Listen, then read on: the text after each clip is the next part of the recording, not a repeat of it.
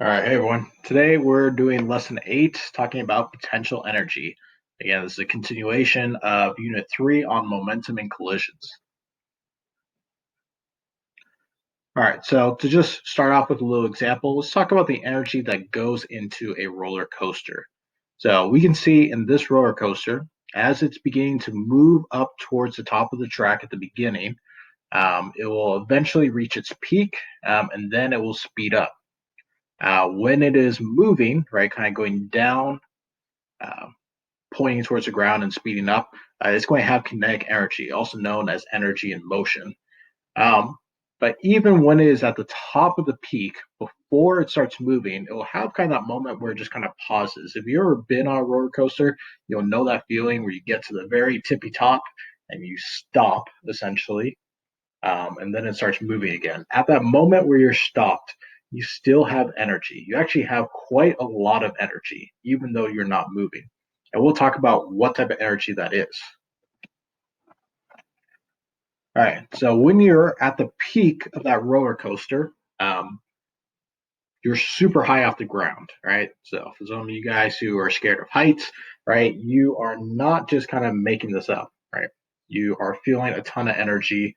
And this type of energy is called potential energy. Now, potential energy is energy that's stored in a person or an object. We have multiple types of potential energy, but again, all of them are stored energy. It doesn't matter if we're talking about the energy that's stored in this pencil as I hold it here, the energy that's stored in the tacos that I just ate, or the energy that's stored in a rubber band that you pull and are about to, fire it at a friend. Hopefully not. Don't do that. All right, so we're going to talk about a few of the different types of potential energy. Again, in the roller coaster example, some of what makes a roller coaster fun is the height, right? If we're looking at some of the differences between like a kiddie roller coaster and like a super extreme, um, super fast roller coaster. One of the biggest differences will be how tall they are, right? A little kiddie roller coaster really doesn't get that high off the ground and really ultimately doesn't go very fast. Whereas if you think of the fastest roller coasters in the world, right, they are crazy, crazy tall, like over 100 meters tall. Um, again, if you're not a fan of heights, would not suggest those types of roller coasters. So, uh, what makes these roller coasters go so fast and become such a thrilling ride is the fact that they do have a lot of stored potential energy. Now, the specific type of potential energy we talk about in regards to a roller coaster or like a pencil held up here is called gravitational potential energy. So, this is where we are using gravity from the Earth to store energy in an object, right? I know that as I raise this pencil up, right, it is going to have more and more stored gravitational energy. And I know that because when I release it, gravity is going to pull this pencil towards the ground. Now, it's still pulling it towards the ground right now. The only difference is I'm holding it here, right? So gravity is currently pulling it, which means it has that stored gravitational energy. The higher I hold it, or the further from the Earth's surface it is, the more stored gravitational potential energy it's going to have. Literally anything, person, or object raised up on the Earth's surface is going to have the potential to fall because of gravity. Um, Now, how fast it falls uh, really just has to do with air resistance. And we'll kind of talk about that in a separate lesson. One thing that's kind of interesting, you can see in this GIF at the bottom, we have a feather, a pencil, and a rock all falling, right? They kind of all fall at different velocities. And that's just because of air. If we had no air in a room, or if we vacuumed all the air out of a room and just kind of made this seal airless area, you dropped a feather and you dropped a rock, they would actually fall at the exact same time because the only thing that's pulling them to the ground is Earth's gravity. Okay, another type of potential energy is elastic potential energy. Now, elastic potential energy, this is simply when you have an object that is stretched or compressed like a spring, it's going to store potential energy. And we know this, right? If you stretch out like a hair tie or rubber band and you release it, it's immediately going to shoot off because it has stored energy, and that stored energy will become kinetic energy. If you have a spring, right, and you compress it, you squeeze it together, and you let go, it's going to spring back to its original form, after maybe some waving, right? And part of why it's doing that is because it has this stored potential energy. The farther an object is stretched or compressed, the greater its potential energy is going to be. Again, think like a slingshot, right? The further back you pull it, the farther it's going to shoot an object. Um, yeah, so there's going to be a point where you can't really stretch it anymore, and it'll forcefully eventually return to its original shape. So one other example of this would be shooting an arrow from a bow. We know that work is done in order to stretch the bow, um, as done by the bow and arrow person or the shooter, the archer, whatever, bending the bow. Right as they bend the bow, it is creating potential energy, elastic potential energy. When they release the bow, that potential energy converts into kinetic energy, which causes the arrow to fly. All right, just a quick little video that goes a little more into the science of this specific type of elastic potential energy. Just remembering that there's also gravitational potential energy, which is why arrows will eventually fall down towards the ground.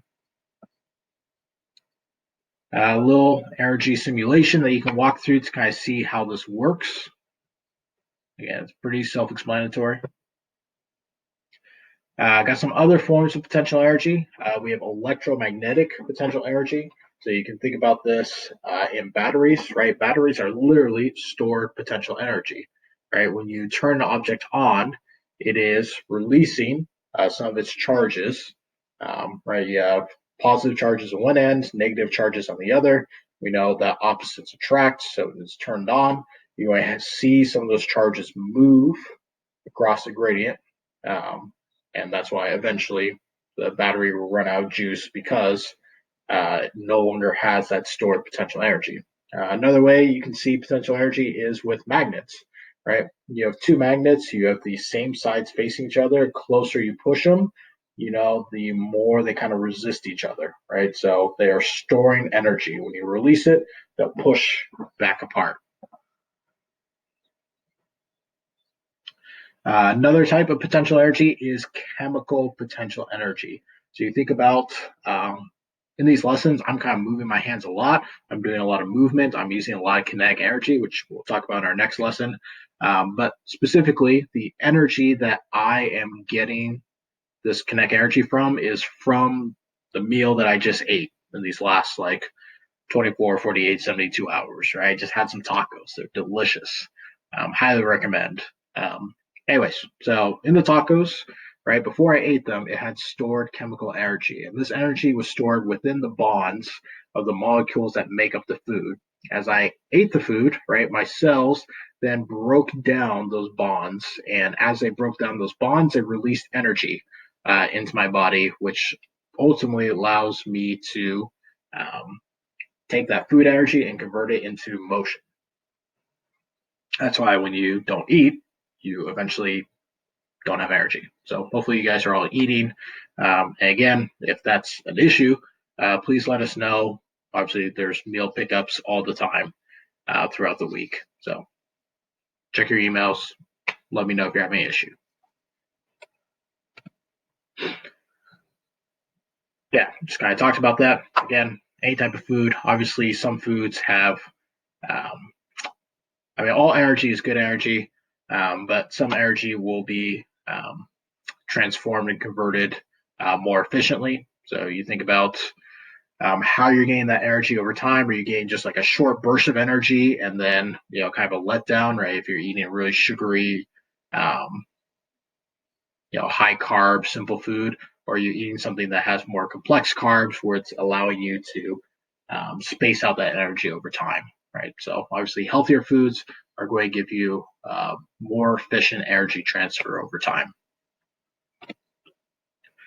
All right, so when we're talking about potential energy, the main one that we're going to focus on mathematically will be gravitational energy, just because it's a really easy way to kind of calculate how much energy is stored in an object. Again, with food, it's a little harder to calculate. We can, but we're not really going to focus on that in these lessons. You'll actually kind of look at it if you dive a little bit deeper in biology. So we're going to focus on calculating how much potential energy an object has due to gravity. So we have a little formula that will apply specifically to any objects or person that is on or above Earth's surface. So our gravitational potential energy of an object can be calculated with the formula potential energy equals mass times gravity times height. So we need to know three things. We need to know the mass of our object, we need to know the gravity of the planet that we're on, and we need to know the height that this object is sitting above the surface. Now, one thing that's really helpful about our planet is that G, the gravity of Earth, is 9.8. And it's pretty much 9.8 no matter where you are. Again, that number will change slightly depending on like how far you are from Earth's surface, but for the purposes of this class, G is always just going to be 9.8. So don't worry about that. Anytime you see lowercase g, just 9.8. So you just need to know mass, and you need to know height. Whatever those two numbers are, you're going to multiply them by 9.8. All right, so if you want to go a little deeper into the mathematics of it, here's a little video on calculating potential energy. But here we can just do a pretty simple example problem. So let's say that we have a 3 kilogram block, right? We pick it up off the floor and we place it on a shelf that's 2.5 meters above the floor. And we want to figure out how much gravitational potential energy does it have, right? If that shelf gets knocked over and that box begins to fall, we want to know how much energy did it start with. So a couple things we need to know. We need to know, what are we finding? We are finding the potential energy. We know what the formula is. We know the formula for potential energy is mass times gravity times height. So we take the numbers we know, plug into our formula. So we know mass is 3 kilograms, so 3. Gravity, remember, gravity on Earth is always just going to be 9.8. Doesn't matter what the problem is, always 9.8, as long as we're talking about Earth. And height is going to be 2.5. So all we need to do is just multiply these three numbers together. 3 times 9.8 times 2.5 gives us 73.5 joules. Now, as long as we're talking about energy, the unit for energy is always going to be joules. All right, just a quick summary. Any type of stored energy is called potential energy. Now, energy may be stored by holding an object elevated above a gravitational field, right? We know we have a gravitational field here on Earth. Earth pulls us down. Therefore, it's a gravitational field. Potential energy may be converted to kinetic, right? We have gravitational potential energy now. I drop it, it turns into kinetic. My tacos had stored chemical potential energy. I ate it. Now it's kinetic energy.